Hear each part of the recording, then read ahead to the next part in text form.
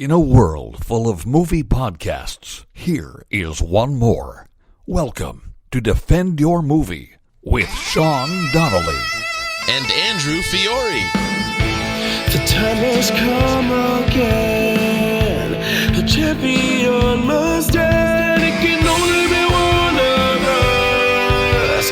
Victoria! So stand up and fight, my friend. There's a title you must defend. Shut it on, bring it to me. Hey there, folks. Hello, and welcome to your favorite podcast.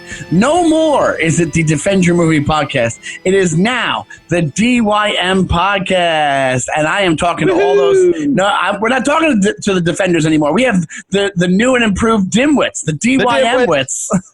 I am one of your hosts, and that right there was your other host, Andy Fiore, ladies Hey, buddy. and gentlemen. How are you, kid? I'm doing well, thank you. Loving the Dymwits. I already got somebody, hey, I'm listening to the Dymwits right now. I love it. Want to hear something great? I did a show in Pennsylvania this past weekend, the same one you did, and somebody came and then I don't know if they didn't say hello, they didn't mention they were a Dymwit, but they wrote a comment on the Instagram after I did the show. Oh, I love it. And they were like, they're like, great show. I'm a Dymwit. I'm like, and the episode had just come out like the day before. So I'm like, oh, that makes my day. I'm like, wow, you really are a Dymwit. I love it. Taking the nation by storm. Taking the nation by storm. I even tagged you in it, I think, but I don't know if it worked to show you maybe the I missed guy it. commented. Yeah, you're not Oh, really, yeah, no, I do remember. That's right. Yeah. Love the Dymwits out there. Writing to us. How are you doing? How's everything in general? Everything's pretty good, man. You know, we're both in New York City. It's been a weird week of weather. It's been boiling hot or torrential downpours. It's just like, I know. It's in with 2020 perfectly. It's like we're in the middle of the rainforest. Yes, seriously. Also, did you notice this? Have you had any run-ins with the fact that we're becoming the safe place? What do you mean run-ins? Well, I mean, like hearing about people like thinking about moving back because like from LA or something. Oh, like hilarious. That's what I mean by run-in. Like I've heard of like a few different comics being like, maybe I should come back to New York because That's so funny. Because right now, I don't want you. Yeah, exactly. I just saw on TV that we're now second to Los Angeles in cases. Yes. And we're almost third to Los Angeles and Florida in cases. Yeah. And we probably have how many more people in those states? Exactly. We're the big, and not only that, listen, gang, it's not hard to fucking connect these dots. New York was the epicenter at one point in the beginning of this thing. We did our job. We wore our masks. We stayed home. We socially distanced, and we stomped, or as I should say, flattened the curve. And now we're one of the safest places in the country. Everybody else who has a problem with doing all these things, look at what is happening. It's not hard to figure out. It's not hard math here. Makes you, it's your civic duty. We can knock this thing out if everybody would just be a little responsible. And I don't mean to get preachy or anything, but the writing's on the wall. Absolutely. It could not be more apparent. And it's just like really disappointing that people, because a lot of this is just has to be, because here's the thing, man, like the logic that I have is that New York, we're forced to be next to each other, and that we've had to take a step back and like stay home most of the time. There's people doing shitty things like the thing in Astoria and the thing in the Lower East Side where all those kids, whatever it was, East Village, always going to be happen, right?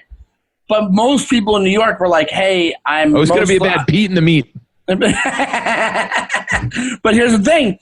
My thing is this: even if I'm in Long Island, or if you're in Jersey, like that should be easy. Should be easy because most of the time, unless you're with 15,000 people a day and in those places, which you're not. Like most of the time, if you're staying home because nobody's working in their offices anyway.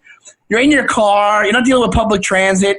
You go into a store. You wear a mask. It should be a no-brainer to me. Like I'm not trying to like shit happens. Don't get me wrong, but it's got to be that people are thumbing their nose at it and saying no. I refuse to wear the mask you tell me to wear. Like It's become politicized, and I don't care what side of the aisle you lie on. It's just look at the facts, dude. And I know you can say, well, there's all different numbers, and it's not. The fact is that, because I live here and we've gone through it, when we wore masks and we still wear masks and we social distance, the numbers drop. And in all the places that are fighting against wearing the mask, saying, this is my freedoms, it's like, yeah, of course, nobody's making you do it, but look what is around you. Yeah, it's so obvious. Anyway, people are going to yell at us, but yeah, right. People get mad. My buddy, we're talking about too long, but my buddy lives in Arizona, and he's like, they're awful here. He's like, they're awful. He's like, they're purposely, they really is a political thing for them, and they're not just like, hey, let me be courteous and not do this, you know? For sure. Come on, have a little civic pride and help your fellow man out. Let's knock this thing out so we can all get back to doing what we love. Exactly. We can get Andy in that. Right behind you is the Shining picture. That's creepy as fuck. Yeah, dude. To explain, in Andy's Zoom video right now, I'm looking behind him. I see like about an 8.5 by 11 photo hanging on the wall, and I was like, what is that? I'm like, oh, it's that party scene photo. The very last shot of The Shining. Yeah. When they zoom in, it's July 4th ball, 1921. You are a scary human being over there. Yeah, I have this. I have like Max von Sydow right when he walks into the shadow of light beaming down from Reagan's bedroom from The Exorcist. In my living room. Oh, yeah, that's the famous shot. The famous shot of the beam of light. And Lori Palmentary, a confirmed horror movie fanatic, came over to my house one day. She was like, yeah, maybe not for the living room, dude. Maybe not where you're entertaining. You know? Right. So the story behind this is this showed up one day, a couple months after I ordered it, and blatantly forgot about it. I think I got drunk one night. Went on Instagram, and they know what I like. And I went, yeah, I need that for my home. Because, buddy, this thing showed up, and I had zero recollection of ordering this. And also, talk about what a creepy thing to show up when you don't remember ordering it. Totally, dude. It might be the number one creepiest picture to show. The only way to make it creepier is if, instead of Jack Nicholson's face, it was your face on the guy in the front of the photo. That's the point. Of be like, oh my god, was I there? Was I in the Shining Mansion, hotel, whatever? They need correcting.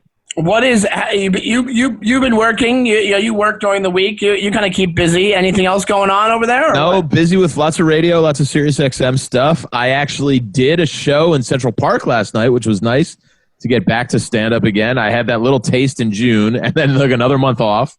So I got to do a set through Stand Up New York. They do these pop-up shows in various places in Central Park. So that was fun just to get out and you literally yell at a group of strangers in the park. It actually felt like real New York. You know what I mean? Yeah, right. And what was the outcome? Were people there? Yeah, it was pretty good. There's about 20 people there, all just kind of sitting in a group on one of the lawns in Cedar Hill in part of Central Park.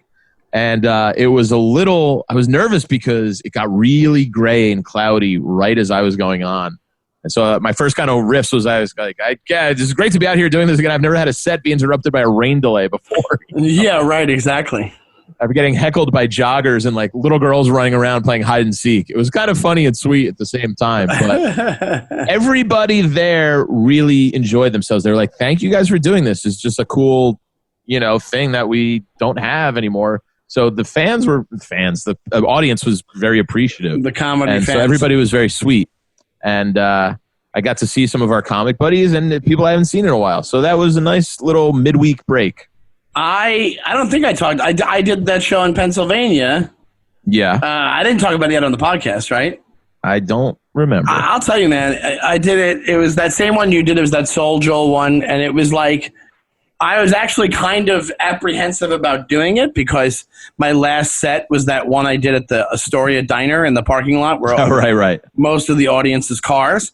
And I really, I kind of do whatever anyway. I kind of riff a lot and do crowd work and I do jokes, whatever. Yeah. But I did not prepare even mentally for that Astoria thing, and it really didn't go well. And I really should have prepared more and really got in the mindset for it. And it was also my first time back on stage. But after 10 minutes, I was like, can I get off? Like, it was like that kind of. I was actually kind of like embarrassed. Like, I didn't think I would be because I was like, who gives a shit? It's at a diner. Well, you still have pride and exactly. So leading up to this this Pennsylvania show, I was like, oh my God, I got to do 45 minutes. How is that even gonna?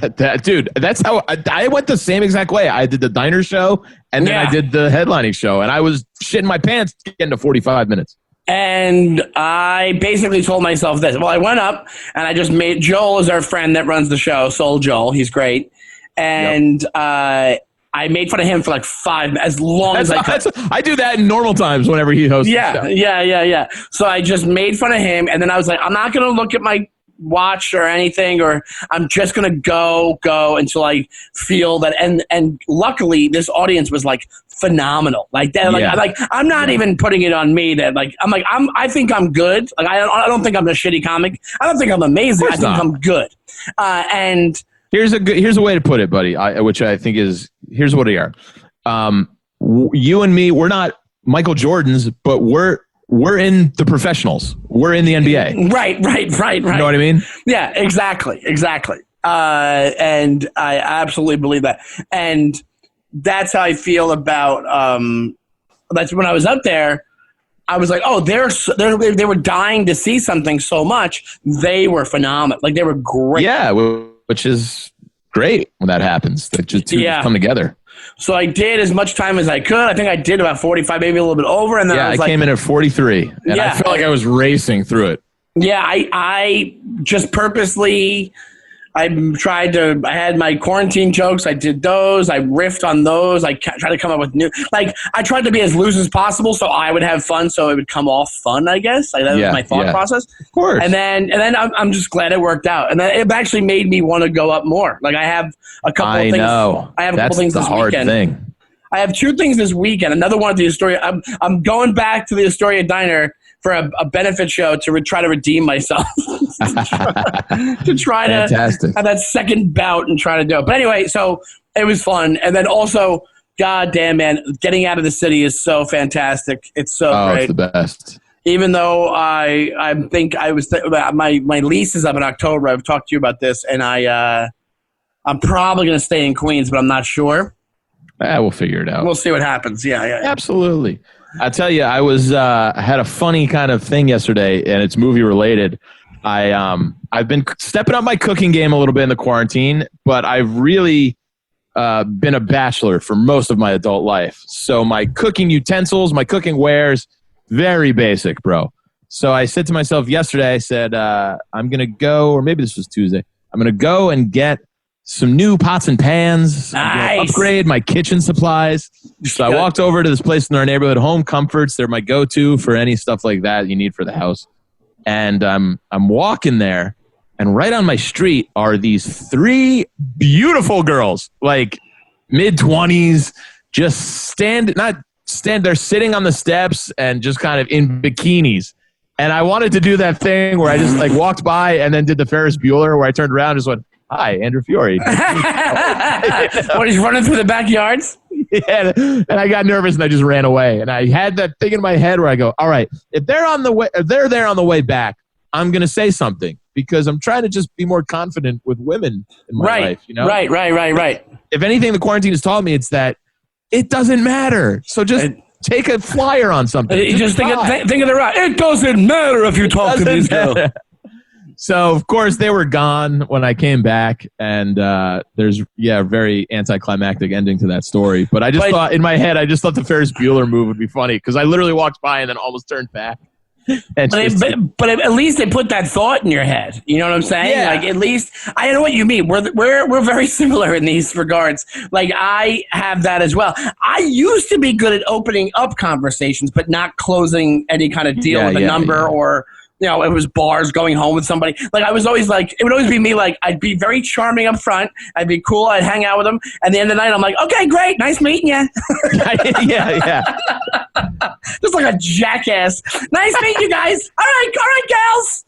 All right, get home safe, gals. Later, dude. Later, buddy. Later, pal. just like, just being a jackass. So I'm trying. But now, hey, buddy, now maybe I know they live on my block, I think. So maybe I'll so see. now you can stalk them. Look at that. Yeah, I also bought binoculars at Home Comfort. Yeah. Home Comforts. They had these bugs that you put in people's houses to hear what they're saying. Almost like the FBI. Yeah, home uncomfortable. Home uncomfort.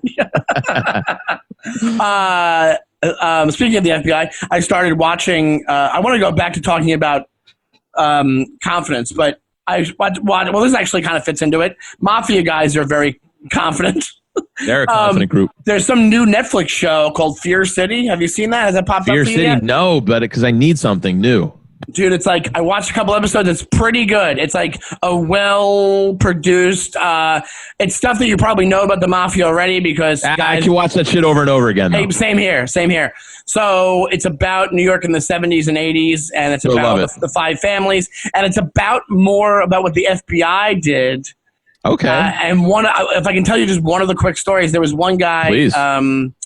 Where it was one of the enforcers of the Bonanno or Gotti or whatever it was, and they figured this. They wanted to go to Paul Castellano's house. That's what it was. It was Paul Castellano's house, and he wasn't there, but his right hand man was there, and they didn't want him in the house, but they didn't want the technician, which was the FBI agent, in the house. They had this guy they interviewed that was known for being able to blend in and get in people's houses, and be just really just undistinguishable from doesn't look FBI, just gotcha. I guess a likable face, or a guy just blends into the crowd, So he was the one they would send on these missions. So they sent him to Paul Castellano's house. They knew Paul Castellano loved cable. So they cable and technology and all that. He always had the newest TV and phone stuff, right? He's the fucking Bobby Kelly of the mafia. Yeah. So anyway, they fucked up his wiring, where the wire connects on purpose. So they'd have so he'd have to call and get a technician down there. Genius. So the technician comes down and he goes, you have to make an appointment. And they go, we won't make an appointment. Do it now. And he goes, all right, I'll do it now.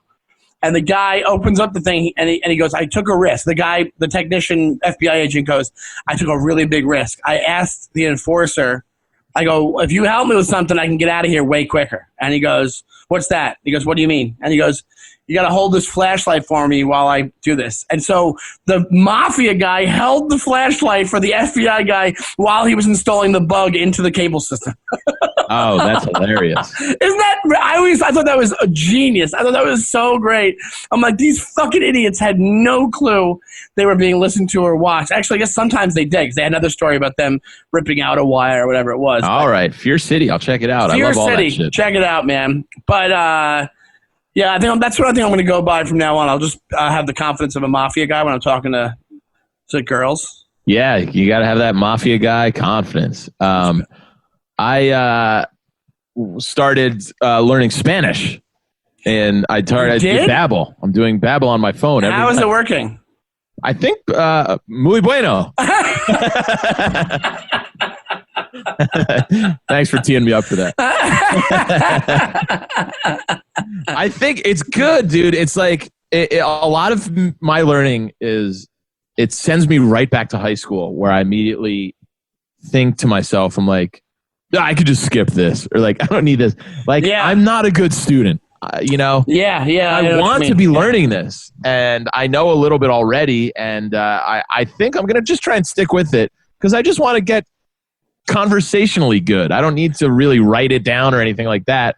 So this is kind of they teach you the verbs and the prepositions and all that stuff. And I go, I don't need that stuff. I just want to be able to talk, So yeah, but that'll help you talk, though. Yeah, I guess so. But they give you quizzes at the end, and I'm failing them and getting them wrong. I don't know. I know what you mean, because I downloaded Babbel a while ago and I was like, I'll do this, and I never did it. And I did the free one. I didn't do the pay one. Right. So I paid for 3 months. So I'm going to at least do what I paid for and see where I'm at. So why don't we do this? I'll do it as well, and then this will become a Spanish podcast. Sí, señor. Yeah. Because that's one thing I always wanted to do, is learn Spanish. I think it's getting to the point where it's you should, if you live here, and especially in New York City, it's why not? Why not do exactly. Yeah, exactly. So I been doing that. I got my fourth lesson and final lesson of the week. I'm doing it Monday through Thursday, taking the weekends off. Oh, wait, so how long do you do it a day? Like an hour a day? Yeah, you can do as many lessons as you want. So I do it for about an hour, and then you kind of review it. So I think it's sticking a little bit, but it's also that thing where I don't have anybody to talk to. So yeah, I don't want to forget what I've learned, but maybe I'll do it. And I'm giving it the college try. So maybe I'll do it, and then by the time, should we do this? I'll download it. How much is it a month? It's not expensive. It was like $30 for 3 months. Oh yeah, that's not bad. Maybe I'll do this. I'll do it, and then and after the 3 months, we'll try to have a 5-minute conversation in Spanish on the podcast. Buddy, 5 minutes is a long time. All right, a 3-minute conversation in Spanish. All right, if you think that's better, that's still a long time. But I'm saying after 3 months of learning it. Yeah, that's true. Okay, all right. Maybe we'll do that. In October. In October, we just do. We'll come out of it. Yeah, that would actually be a pretty good. Maybe I'll do that. That's funny. But yeah, hola, Andrew. Me amo Andrew. But speaking of ladies, speaking of language, have you? I've been still doing the apps. Now I'm just like racking up conversations on the apps. Same here. It's so funny you mentioned that. I got a whole bunch of likes, and then I think there was like a spike because I had the same thing. Yeah, there was a spike, right? Yeah. And then here's one thing I have this issue with. I have now matched with this one girl, Jessica, whoever you are, 3 separate times now. And this is Bumble, so they have to make the first move. I go, Hey, Jess, if you're not going to say hi, stop matching with me, sweetie. All right? Because every time I'm like, oh, this girl's cute. And then I'm like, oh, it's fucking Jessica again. It's like, come on. You're wasting my... I mean, you're not wasting my time, but still, it makes me angry. She's your white whale. She's your Jaws. Yeah. No, a lot of the same thing this week. I was swiping and I had a lot of likes, and I'm midway through a lot of conversations that I've just abandoned. That happens. Yeah. I'll tell you, man, I've been talking to this girl recently. That's really cool. And nice. It's weird. Like, I think what kind of helped it is that, one day, she was like on the app one day. She was like, do you have any like horror stories from the apps? And I go, or dates from these apps? And I was like, I do have a couple. And she goes, lay it on me. I want to hear it. And I go, do you want me to call you? Or do you want me to type it in? And she goes, call me. It's easier. And I called her one day just on a whim. But I mean, I called her and we talked on the phone for about a half hour then. And then we talked another couple days, which was last night, and a couple days later over FaceTime.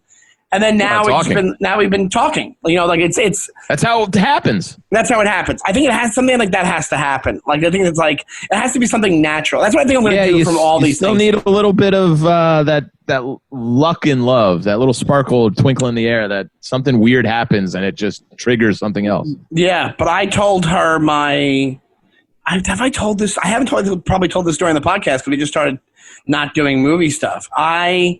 Did I tell you that story? I ever tell you the 90-Day Fiancé girl story from the date from Bumble one time? I don't think so. Do you want me to tell it? You want me to tell it? Fresh my memory. So what happens is I'll tell the quick version. I'll tell the quick version. All right, deal? Good, you're married. That's Spaceballs. Anyway, so cut to a while ago, probably like a year ago. I go on a date with this girl, and it's terrible, and I'm there for 3 hours and 2.5 hours, and she's not asking me anything about me remotely. It's me just asking her question after question. I'm running out of things to say. Yeah. She really has nothing going on. She even mentioned her dad worked at like Area 51, and I was like, oh my God, that's amazing. And then I'm like, for you? And I knew I wasn't going to be like, hey, does he met an alien? But I was like, that's why you hung out. Now I know why you stuck in it. But listen, so then I'm going to get to meet this guy. Yeah, right. Exactly. Well, I did kind of think that while we were going. Anyway, so then what happens is she mentions at one point that she has herpes. A 90-Day Fiancé Instagram account. Like she does memes of 90-Day Fiancé. Okay. And at this point, I had never seen the show. So during the date, I just said, I just kind of like let it go. I was like, oh, that's cool. You get to do that, whatever it is, right? Then cut to I don't know, a little while later, and then Tracy Carnazzo has a 90 Day Fiancé podcast. She goes, "Can you do it?" I go, "I've never watched the show." But then I started dating somebody who watched the show, so I watched a bunch of episodes. So I saw Tracy again one day at the Cellar, and I said, "Hey, I can do your podcast. I watched the show now. I've watched it." And she goes, "Oh my God."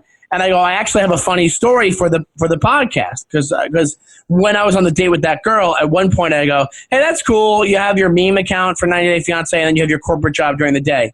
And she goes, "I just put the content out there. If they like it, they like it. If they don't, they don't."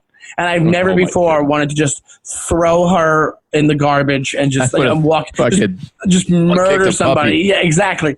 Anyway, so then cut to me and Tracy talking, and I go, "I can do your podcast now. I'll tell you this story." And I told her the story, and she goes, "Oh yeah, you have to watch out for those people because those fans of the show can be crazy. There's this one girl that goes by this, and she stalked like 3 of the cast members, and they had to get restraining orders against her." Please let this happen. And it was that girl that I wanted to.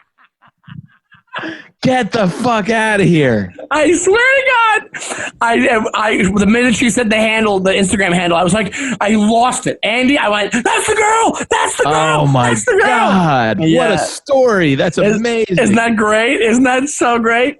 Oh my God! I was like, "Oh my God!" So I'm like, I dodged such a bullet on that because we just left the date, like whatever happened, whatever happened. Boy, just goes to show you, anybody on TV, there's going to be some weirdo out there who's got an infatuation with him. Yep, absolutely. Sickies. Yep. Yeah, definitely. There's some sick people out there. Oh, by the way, what a story. By the way, did we do a Seinfeld reference yet? That was right there. That was Elaine. That was the Sickies. Yeah, no, oh, there we go. Oh, shit. But how funny is that? I go, yeah. I was walking by 129 West 81st Street the other day. Were you really? No. Oh. It crossed my mind because I was in Central Park. I hadn't been in Manhattan in a while, and I was right on the Upper West Side. So I thought, because I've gone by Tom's Delicatessen. Oh, no, it's Tom's Restaurant. Tom's Restaurant.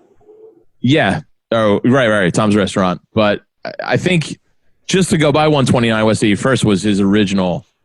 That was his address, but the building is in L.A., the one they use. Right. The front of the building they use for him is in L.A. Gotcha. They filmed most of that stuff in L.A. Like they filmed most of those, what do they call? Well, that ruins the show for me.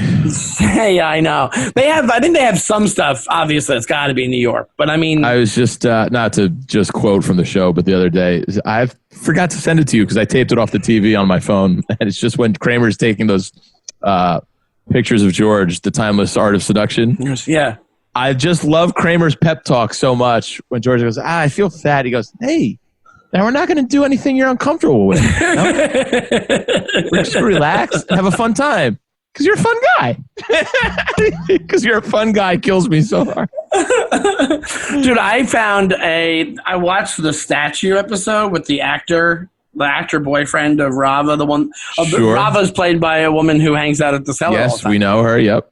And there's a weird line in that I guess it's not even that funny, but I find it funny now because you just find these new things on the episodes. And he goes... Not one of my favorite episodes, to be honest. I like certain parts of it. I think it's pretty funny. And then I like when Kramer goes and shakes the guy down at the end and steals the statue back. But at one point, the actor guy who stole the statue goes... He goes, "Make dinner, perhaps. I can make you dinner." And then Jerry, out of nowhere, when they're leaving, he's all pissed. And he goes, "No, I don't eat dinner. Dinner's for suckers." That's what he says. I don't remember it. And it's such a weird non sequitur line. It's just out of nowhere.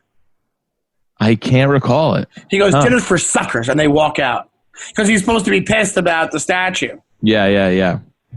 Well, I haven't watched Seinfeld in a little bit other than that one little clip because I've been playing Last of Us 2, day in and day out here, buddy. How is that? It might be the greatest video game of all time. I love the first one so much. Is that basically the video game version of The Quarantine? Yeah, it really is. It's, this thing is this fungus infected the world and it turns people cuckoo. And then, it's so good, though. We don't have to really get into it, but that has been eating up my days and nights.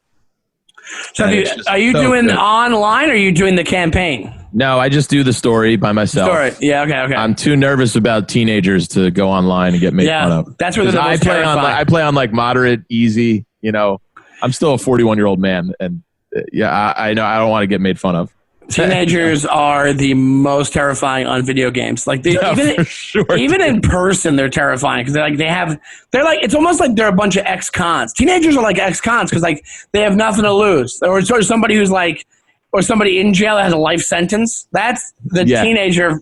Like teenagers on the outside are like somebody. If you're in jail, this guy can just shiv you because he's got nothing to lose. And teenagers can just do whatever they want because they're minors and they're like, I can't get in trouble for this. You know, what are you going to do? You know, because they see him like I got bumped. I walked through a bunch of teenagers once on like 3rd Avenue, and I just kept barreling through. And they were like they really were trying to fight me, and I was like, I can't fight the teenagers. I can't do that. I can't fight. I can. No, I can't fight. I can't really fight. Yeah, who are you kidding? I can't really fight. I can't. But I've never gotten like. Have you ever gotten beaten up? I've never gotten beaten up. I've gotten punched, but I've never gotten like the shit beat out of me. Have you ever? I've taken some punches though. Have you ever landed a punch? Yeah, I've landed a few. I've hung out in bars my entire life since I was 21 years old. So, you know, the Irish pubs and fucking characters I hang out with, eventually something's going to happen. You know what I mean? Yeah. And the fact that you look like a Nordic ship captain doesn't really help anything. Yeah. I've broken up more fights between like a friend of mine and somebody else than I've been in. But yeah, if like you're really, you know, fucking with one of my friends, I don't know, I'll try and find the nerdiest guy and have a go with him. I would think that a lot of it gets shut down if you get involved because you're a big dude.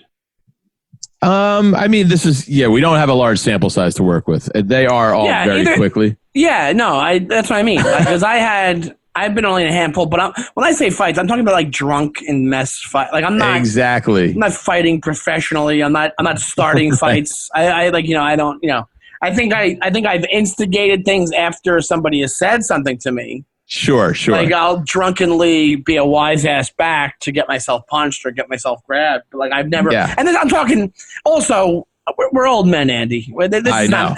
I don't think this has happened to me in 15, 20 years. You know, like it's 15 years. You know, like I mean, yeah, maybe within the last 5 years, the only thing I can recall was one of my friend's brothers who was this like kind of mean, kind of drunk guy. But if you were his friend and he knew you, he was very sweet to you.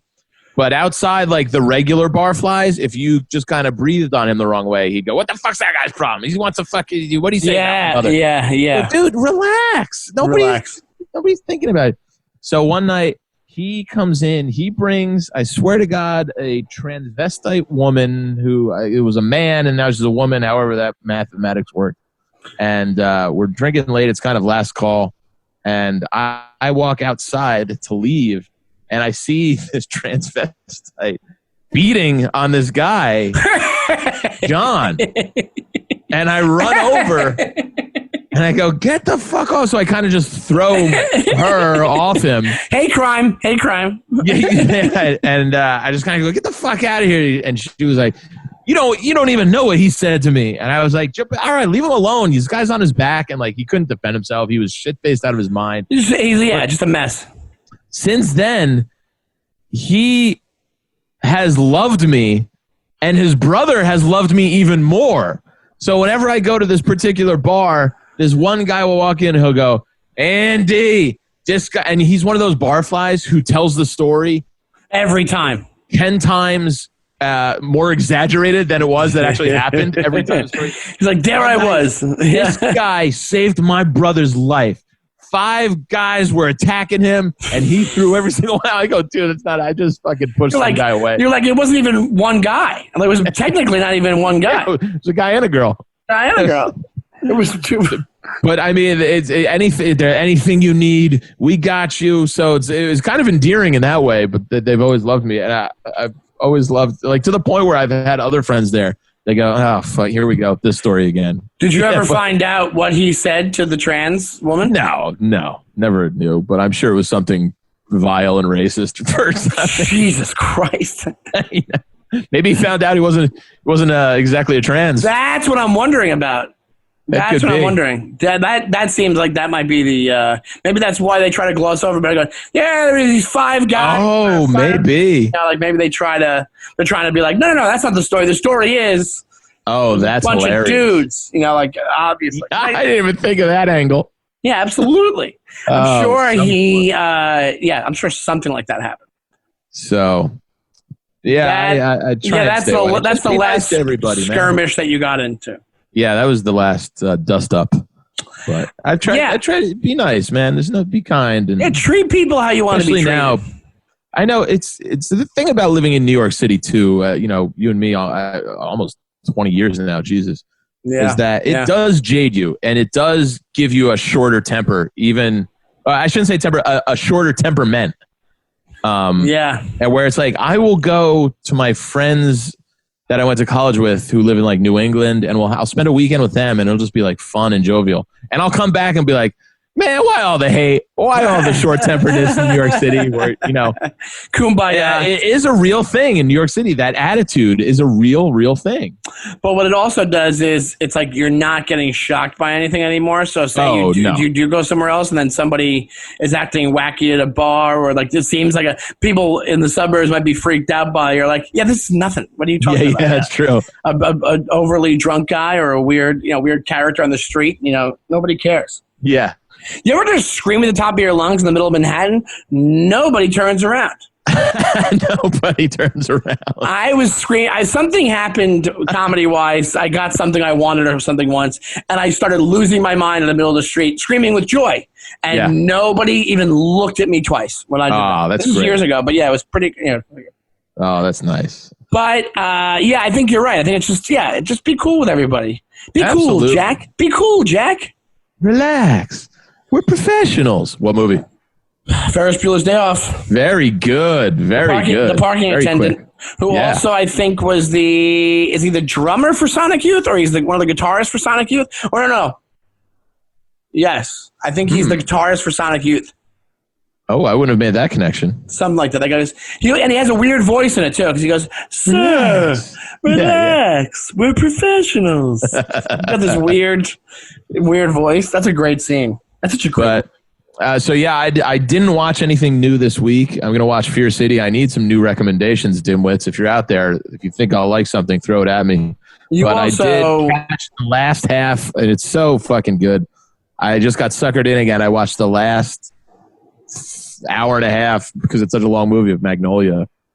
Oh yeah, and I think you just rewatched that recently, or I did. I rewatched it recently. I think you did, and then I just caught it again, and God, it's so great, man. It's so great. What Paul Thomas, what a talent this guy is, man. To write and direct these, and he was a young, maybe in his late 20s, early 30s, no older than mid 30s, making Boogie Nights and Magnolia, and I was just in awe, and just watching everybody.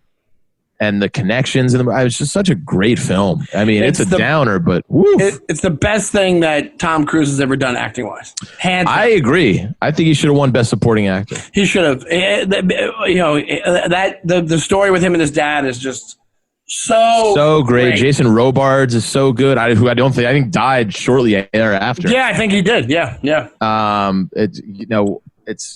I love filmmakers. All my favorite filmmakers use these kind of ensembles. Great ensemble cast. Julianne Moore and Philip Baker Hoffman. Is that his name? No, Philip Seymour Hoffman. Well, you know what's crazy, I think of Philip Baker Hall, who's also Jimmy Gator. Yeah. And, Melissa Hardin, she's great.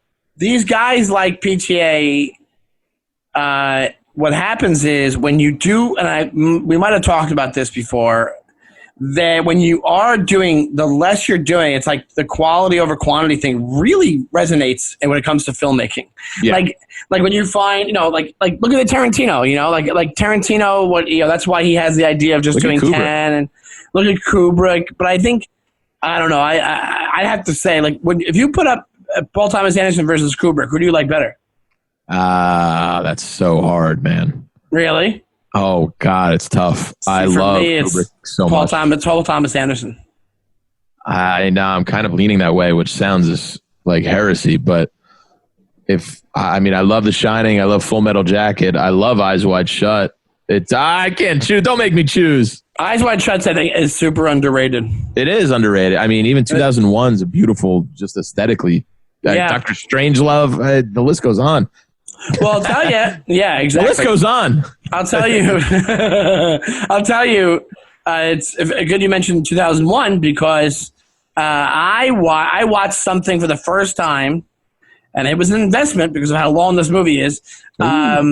That a lot of people have seen that I should have watched when it came out, but I didn't. And it's also by another director who's amazing. I watched Interstellar for the first time. Oh, what'd you think? I liked it a lot. I thought it was. I liked it a lot too. And I forget it's a Christopher Nolan movie. I didn't know. I didn't know until when I was like, oh, maybe I'll watch Interstellar. And I think my roommate, he was like, it's Christopher Nolan. And I was like, oh, really? Yeah. I enjoyed it very much. I think the aforementioned Lori Palmentary told me to watch it, and I did, and I loved it. You know, it's funny. I just did that gig with her, and I said, I think I'm going to watch Interstellar. She's like, it's so good. It's so good. But the thing about it is what I wanted to mention is I think it's heavily influenced by 2001: Space Odyssey. I think it's sure. I think the TARS thing in it is supposed to be, not Dave. What do they call it? Whatever the machine is. 2001. But yeah, I know what you mean. I think the vibe of it's like that. I think even some of the shots, and I think that, but I think it was good. I think it was kind of, because I also watched Ad Astra not that long ago, so I'm really going on like a long lost father kick when it comes to these movies. And Ad Astra, I think I like Interstellar better than Ad Astra. Yeah, I would say that too. Very different movies in feel, but yeah. Maybe because Interstellar has more personality, but I think story-wise, and I think the only thing about Interstellar is that it's a very, very long movie. It's a long movie. It's got that Christopher Nolan touch on it, though, where you go, oh, all right, you're working on a few different planes of existence here. Where you go. Yeah. It's like it's Inception in a way, but much easier to understand than Inception. Inception, sometimes you go, wait, where the fuck are we? Are we 9 dreams deep? I don't fucking know. Well, that's Inception. Yeah, that was like the point of the whole thing. Sure. But Interstellar gets a little bit like that. I think he likes doing that kind of stuff. But I think it's a great movie. I've rewatched it once or twice. You ever think of this? Christopher Nolan movie plots are like Seinfeld episodes. Interesting point. Everything ties in. Yeah, sure. And I mean, that's usually my favorite kind of stuff. Is I love a callback in stand-up comedy. Yeah, tie-in. Larry David is the Christopher Nolan of sitcoms. That's fantastic. Larry David came up this week in conversation with me and Greg. Me and Greg Stone, who we mention a lot. We went and got an ice cream cone. Was it 1956? It was so hot. I just went, let's just get an ice cream. And he just goes, all right, Mount Rushmore of your 4 favorite funniest people, not including stand-up comics right now. And I came up with Conan O'Brien, Martin Short, Mel Brooks, and Larry David. Dude. And it's a hard thing to narrow 4 down. But that might be mine. That might. Yeah. You said you started with Martin Short, and I was like, no, you know what I would flip out? Conan, Martin Short. Instead of Mel Brooks, I would put John Candy. Oh, that's a good one. Not on my Rushmore, though. What about funny women? Ooh, that's a great one, too. Carol Burnett, Julie Louis-Dreyfus. JLD is on there for me. Not stand-ups. It can't be stand-ups. Well, that was just what we did. Oh, you know who would be on mine? Bonnie Hunt. But Bonnie Hunt is so funny, but never that's a great one. I messaged Bonnie Hunt on Instagram to see if she would do my radio show. I've also messaged Idris Elba, but he didn't write back, and William H. Macy. That's funny. Just randomly messaging famous people to do the radio show. Women is I don't know. Julie Louis-Dreyfus is up there for me. I really love. I think Kristen Wiig is really, really funny. Oh, maybe it'd be like an SNL person. You're right. Maybe somebody in SNL. You know who's Kristen Wiig is really funny. Adie Bryant's really funny. I don't know if I'd put her up there, but Adie Bryant's super funny. That baby, not the babysitting sketch, the birthday party sketch, the sleepover one. She did it a couple times, once with Drake and once with Ryan Gosling.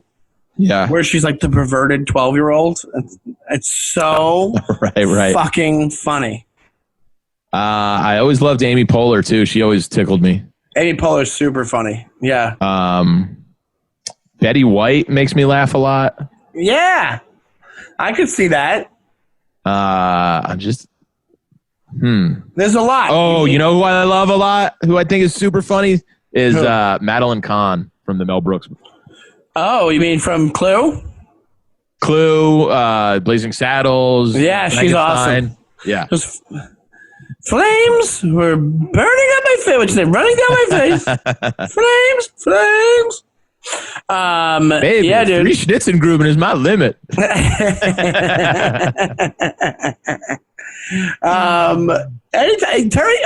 Terry Garr is great too in Young Frankenstein. Like Mel Brooks always does a good job. So great with funny gals. Oh, Cloris Leachman's funny too. Cloris Leachman's very funny. We're missing a huge one. Catherine O'Hara. Oh my God, she would definitely be on there. She would 100% be on there.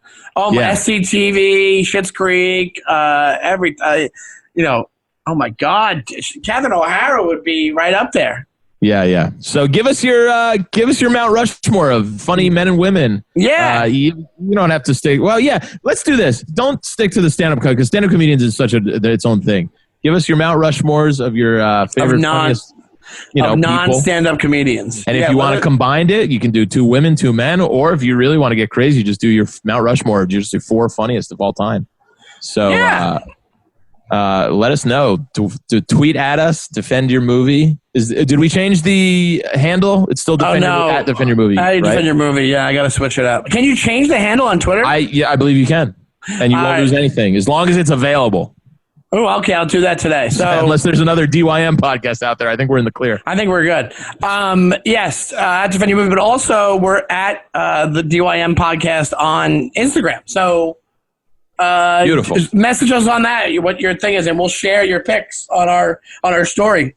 Do it. Or do a post on your story, tag at the DYM podcast, and we'll share the story on the DYM podcast Instagram. Yes. Also, and tag us personally at Shawnee Time and at Andy Fiore. Yes, please, and subscribe, rate, and review to the podcast. Yeah, it helps. Let your friends know. We want to get this thing rolling. Come on, guys. Absolutely, we're having a ball in the new format. I'm loving it. I love it.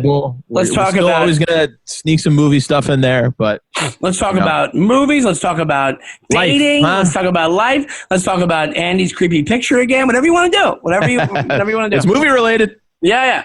Do you want to plug anything else? Also, listen to our radio shows. Andy has one called The Raw Report. That's every Thursday at 4 p.m. on Raw Dog 99. And Shawnee has one. Oh, I was going to do go ahead. All right, go ahead. Yeah, go ahead. I could have completed it. Sorry. Shawnee has one on Wednesdays at 4 p.m. on Sirius XM Raw Dog 99 called Celebrate. Really fun show. Great idea with Kevin McCaffrey. And I was listening again in the car to Ted Alexandro and Liz Mealy. Oh, that's amazing. I wish I had to get Sirius. I don't know. Oh, you're an employee. You can get it. I know. I messed it. I tried to set it up, and I don't know what happened. But thank you so much for doing this, Andy. I love you, buddy. Of course. I do have one thing to plug, actually. I just don't know the details yet. I'm supposed to be doing a drive-in show on Wednesday, July 29th in Philadelphia. That's all I can tell you because that's all I know so far. My manager texted me today, said, hey, do you want to do this? I said, sure. Okay, I'll give you the details. So if you're in the Philadelphia area next Wednesday and you want to come out and say hi, I would love to talk to the Dymwits or the Defenders, and you bring me a meet or a eat. I would love it. Also, I have a show at QED the day this comes out. So if you're hearing this podcast, QED at 7 p.m. in the back garden. You can just search for QED in Astoria. And then also on Saturday, I have another one. Watch me try to regain my title at the Astoria Diner Show Ooh, on Saturday. beautiful. This Both right in the Saturday. neighborhood. I know we can hang out this weekend.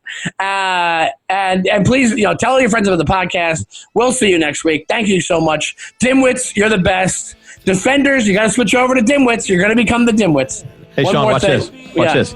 Adios. Hey, look at him. Oh my God, you're 185th there. There we go. Nailed it. Thank you, folks. Bye, Talk to you guys. soon. Bye.